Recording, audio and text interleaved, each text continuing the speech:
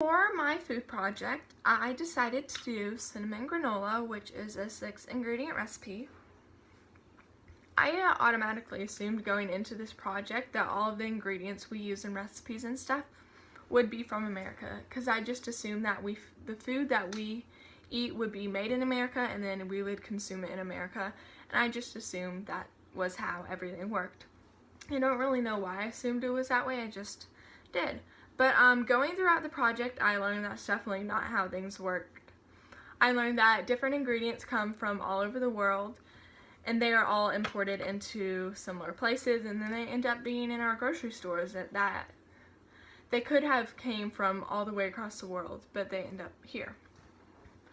One thing, for example, was salt. And whenever I think of salt, I don't think of it being imported by boat from Italy being shipped all the way over here, but that's how it ended up being, and I just found that surprising. Another thing that was imported from across seas was sugar from Belgium. I also found that interesting too, because whenever I think of sugar, I don't think of it coming all the way from Belgium to just get to our grocery stores, but it ended up being that way.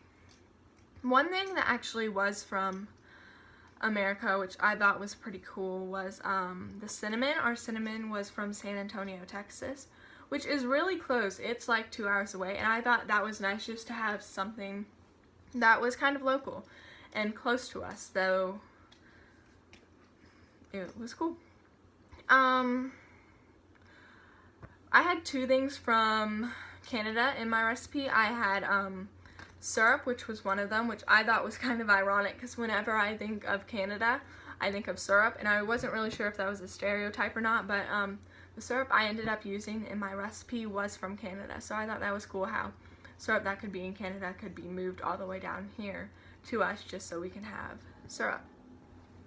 Another thing that was from Canada was almond butter, and I mean, I didn't really think of where almond butter would be coming from, but it ended up being from Canada. So I thought that was pretty cool too.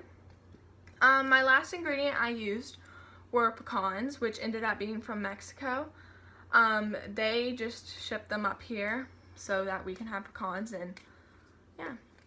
I thought it was really cool how all of these ingredients come from all over the world in different places, and they all end up making their way to us in Frisco, Texas, and then we can end up buying them in our store, and they all come together as one recipe and dish. And I thought that was pretty cool how different foods from all over the world can come together and be one.